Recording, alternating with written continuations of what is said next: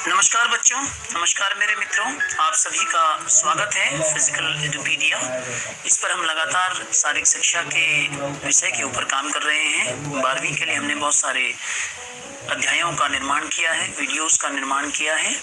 आज हम उन बच्चों का स्वागत करते हैं जो कक्षा 11 में अभी आए हैं और शारीरिक शिक्षा का विषय उन्होंने लिया है एज ए एडिशनल या मेन। इंग्लिश मीडियम या हिंदी मीडियम, हमारा प्रयास है कि दोनों मीडियम में हम आपके साथ बात करेंगे। तो प्यारे बच्चों, शारीरिक शिक्षा, स्वास्थ्य एवं शारीरिक शिक्षा क्या है, इसमें कितने आपके चैप्टर हैं?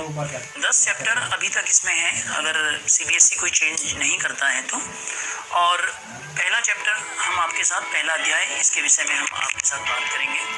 तो सबसे पहले आज हम जिन विषय के ऊपर बात करेंगे वो है शारीरिक शिक्षा का अर्थ एवं परिभाषा। इस वीडियो में हम शारीरिक शिक्षा के लक्ष्य एवं उद्देश्य, शारीरिक शिक्षा में कैरियर विकल्प, इन तीनों विषय के बारे में आज आपसे बात करेंगे। और ये जो 2 टॉपिक बच जाएंगे, नेक्स्ट वीडियो में इसके बारे में हम आपसे बात करेंगे। तो सबसे पहले शारीरिक शिक्षा क्या है? प्यारे बच्चों, आप जब बुक उठाएंगे या आप सपोर्ट मटेरियल उठाएंगे, सहायक सामग्री शारीरिक शिक्षा की जैसे आपकी 10वीं क्लास में बनती थी, उसी प्रकार से यहाँ पर शारीरिक शिक्षा की सहायक सामग्री आपको मिलेगी। तो शारीरिक शिक्षा की डेफिनेशन जब आप पढ़ेंगे तो आपको हो सकता है थोड़ा सा समझने में दिक्कत हो, तो आसान भाषा में हम इसे समझेंगे, क्योंकि यहाँ पर जो लिखा होगा वो हो सकता है शायद जल्दी से कुछ बच्चों को समझ में ना आए। सीधा सीधा है कि शारीरिक शिक्षा, जब हम बच्चा पैदा होता है और अंत तक, जब तक हम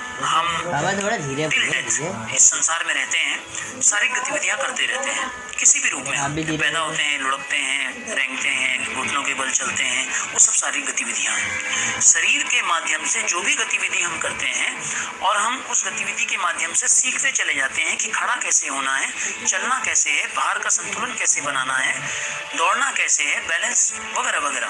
तो ये सब शारीरिक शिक्षा है, यानी शरीर की गतिविधियों के माध्यम से जो शिक्षा हमें प्राप्त होती है वह शारीरिक शिक्षा है। अब हम डेफिनेशन की तरफ चल देते हैं, तो अब हमें समझ में ज्यादा आएगा कि शारीरिक शिक्षा शिक्षा पद्धति का अभिन्न अंग है।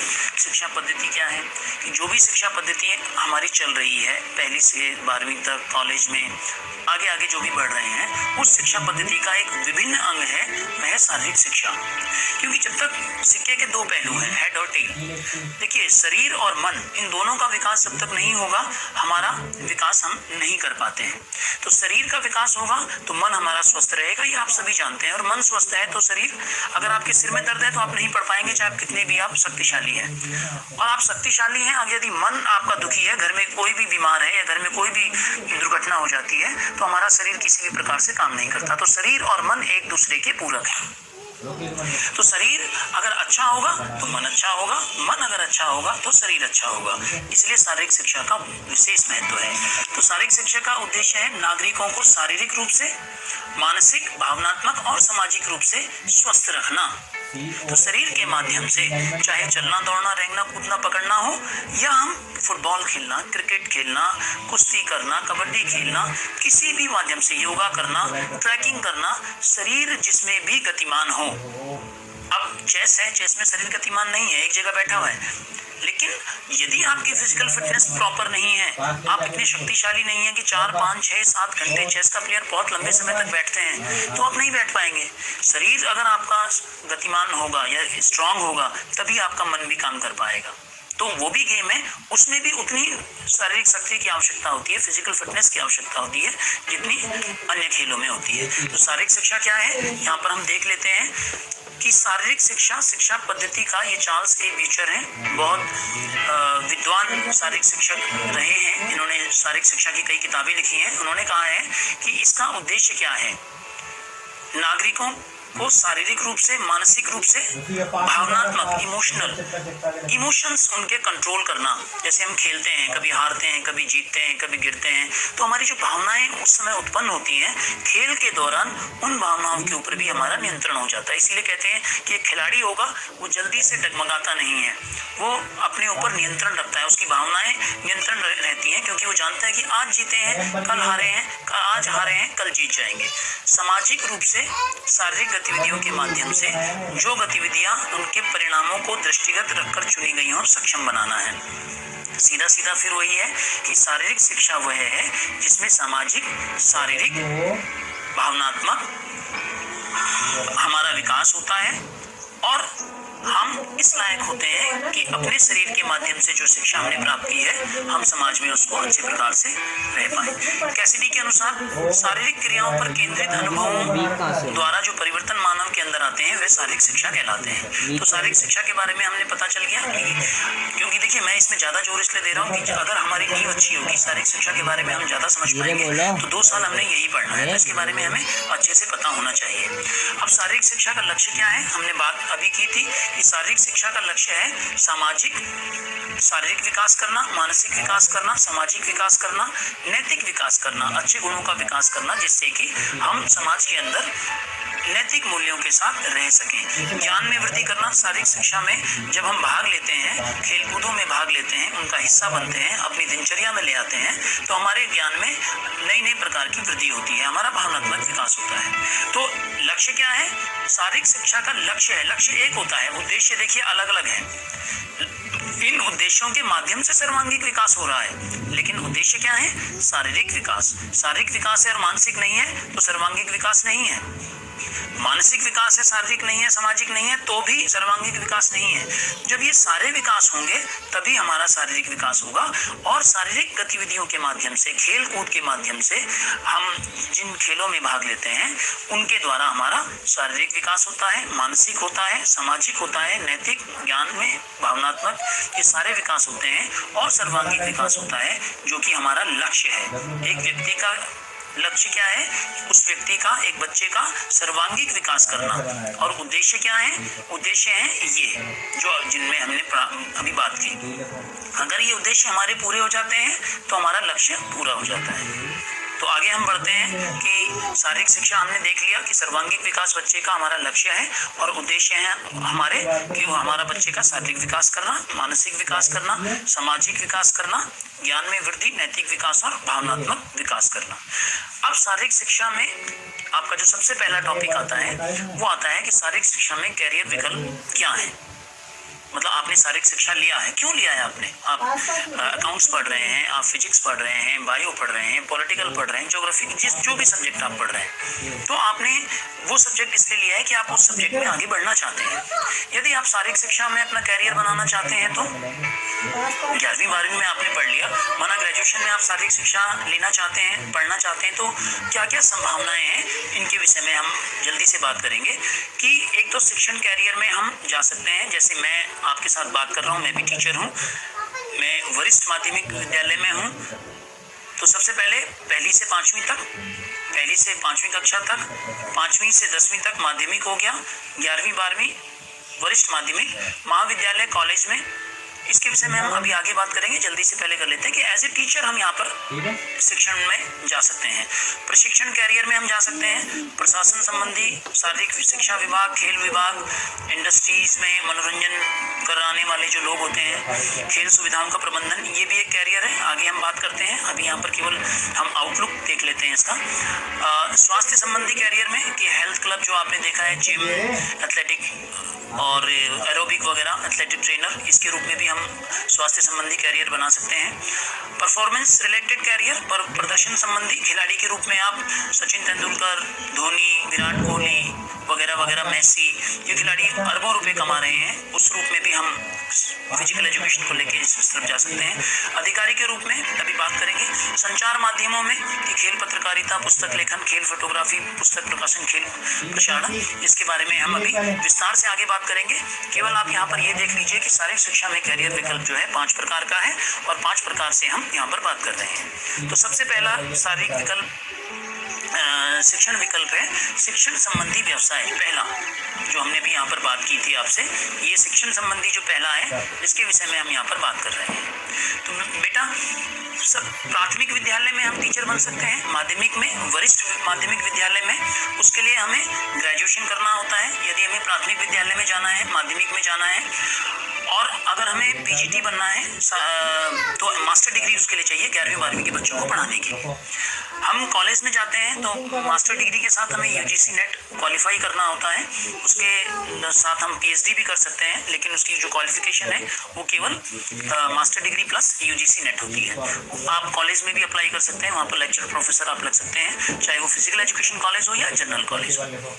इसके विषय में हम बात करते हैं। देखिए यहाँ पर ये टीचर हैं, बच्चों के साथ काम कर रहे हैं, ये प्राइमरी स्कूल टीचर हैं और उनको उनका जो शारीरिक शिक्षा का जो कार्यक्रम है, दौड़ कूद खेल, उनकी गति कितनी है, स्पीड देख रहे हैं, उनका ताकत देख रहे हैं, उनको आगे बढ़ाने के लिए वो काम कर रहे हैं। तो प्राथमिक विद्यालय में इन बच्चों की एक टीम बनाई जाती है, इनको बाहर खिलाने के लिए ले जाया जाता है, जिससे कि उनको पता चलता है कि खेल क्या होता है और उनका सर्वांगीण विकास होता है, उनका मानसिक विकास भी हो रहा है। उनका सारी मानसिक कैसे होता है, देखिए कुश्ती है फॉर एन एग्जांपल, कुश्ती में दो प्लेयर आपस में खेल रहे हैं, लेकिन उन प्लेयरों में जो ज्यादा मानसिक रूप से स्ट्रांग होगा वो जल्दी से दांव लगाएगा, दूसरे को चित कर देगा। शारीरिक रूप से दोनों बराबर हैं।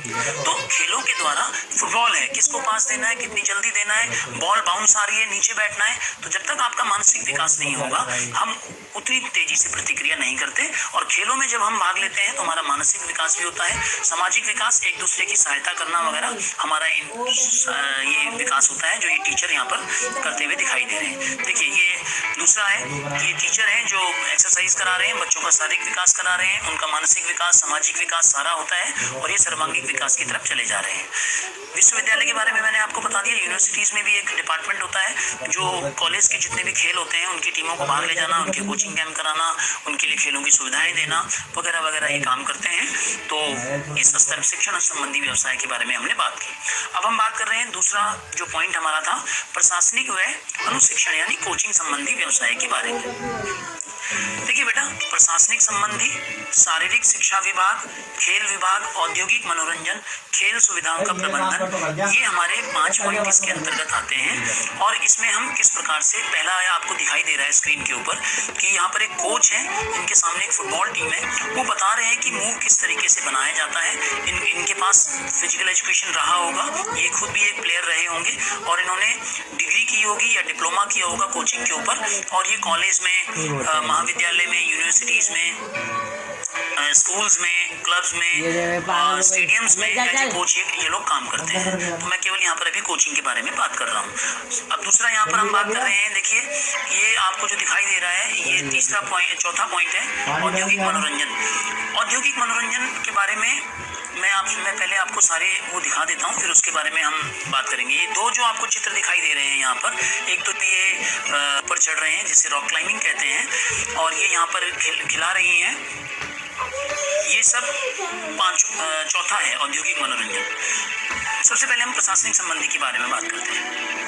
प्रशासनिक संबंधित जो भी क्रियाएं होती हैं प्रशासन से रिलेटेड होती हैं, कि जैसे हमारे स्कूल हैं, स्कूल के ऊपर हमारे डिप्टी डायरेक्टर हैं या हमारे डीएसओ हैं, या जिला है, जिले के ऊपर जो भी डिस्ट्रिक्ट स्पोर्ट्स ऑफिसर होते हैं वो पूरे जिले के खेलों का आयोजन करते हैं, पूरे स्कूलों के खेलों का आयोजन करते हैं। और ये यहाँ पे जो दिखाई दे रहा है कि इन्होंने आयोजन किया और फिर ट्रॉफी दे रहे हैं, ये प्रशासनिक संबंधी कैरियर है कि आप आपका वहाँ पर जो है एज एडमिनिस्ट्रेटर आप वहाँ पर काम करते हैं और अलग अलग प्रतियोगिताओं का आप आयोजन करते हैं। शारीरिक शिक्षा विभाग, फिजिकल एजुकेशन का जो डिपार्टमेंट है वो फिजिकल एजुकेशन के डिपार्टमेंट में आप काम करते हैं, चाहे वो स्कूल का हो, कॉलेज का हो या किसी डिस्ट्रिक्ट उसका हो। वैसे तो ये हमारा जैसे शारीरिक शिक्षा विभाग है तो वो हमारा दिल्ली सरकार का है, जिसका ऑफिस एक होता है। पूरे दिल्ली के जो खेल से संबंधित कार्यक्रम होते हैं शारीरिक शिक्षा विभाग करता है, चाहे वो योग के कॉम्पिटिशन है, स्कूल के खेल के हॉकी, फुटबॉल वगैरह वगैरह जितने भी खेल होते हैं उनके हों, सब शारीरिक शिक्षा विभाग के अंतर्गत होता है। ये भी खेल विभाग होता है। खेल विभाग दिल्ली सरकार का भी हो सकता है और सेंट्रल गवर्नमेंट का भी हो सकता है। ये स्पेशली केवल खेलों के उन्नति के लिए काम करते हैं, खेलों का स्टेडियम बनाना, इक्विपमेंट देना, कोचेस की अपॉइंटमेंट करना वगैरह वगैरह। खेल विभाग में आप भी ऐसे इसको शिक्षण कैरियर के रूप में ले सकते हैं, वहाँ पर भी पोस्ट निकलती हैं और उसमें भी हम अप्लाई कर सकते हैं। औद्योगिक मनोरंजन, यदि आप ग्रेजुएशन करते हैं, मास्टर डिग्री करते हैं, स्पोर्ट्स में आप इंटरेस्ट लेते हैं तो कुछ कोर्सेज होते हैं, उसमें आप कोर्सेज के बाद आप किसी भी कंपनी में, जैसे यहाँ पर आपको दिखाई दे रहा है ये जो ट्रैकिंग और ये कर रहे हैं, ये टाटा का एक बचिंद्री पाल जिसके इंचार्ज हैं मॉनिटरिंग का, इन्होंने एक वो बनाया हुआ है जिसके अंतर्गत ये अपनी संस्थाओं को जो है मॉनिटरिंग कराती हैं। और ये यहाँ पर जो आपको दिखाई दे रहा है कि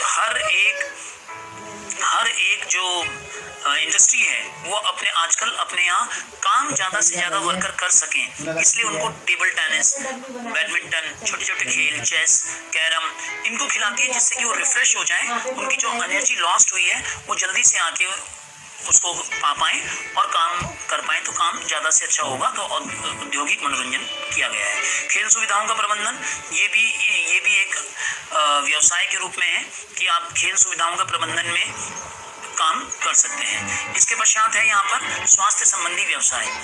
आप जिम ट्रेनर, आपने देखा होगा स्वास्थ्य संबंधी में बहुत बड़ा मार्केट ये बनने जा रहा है विश्व के अंदर। आपने भी आसपास देखा होगा aerobic centre, yoga centre, gym trainer, बहुत सारे जो सेंटर्स हैं, फिटनेस वाले हो गए, अलग अलग तरह के, पावर योगा, और न्यूट्रिशन भी इसमें आ जाता है कि जो स्पोर्ट्स से जुड़े हुए लोग हैं वो न्यूट्रिशन वालों को अपने साथ रखते हैं कि कौन कौन सा न्यूट्रिशन लेना है। तो आप उसमें डिग्री और डिप्लोमा भी कर सकते हैं स्पोर्ट्स फिजिकल एजुकेशन के साथ, और एज ए न्यूट्रिशनिस्ट आप काम कर सकते हैं। आप देख रहे हैं यहाँ पर, ये आपको दिखाई दे रहे हैं कि जिम कर रहे हैं, एरोबिक कर रहे हैं, फिटनेस इंडस्ट्री कैरियर पाथ यहाँ पे जो राइट हैंड पे आपको दिखाई दे रहा है कि फिटनेस इंडस्ट्री में भी बहुत पैसा है।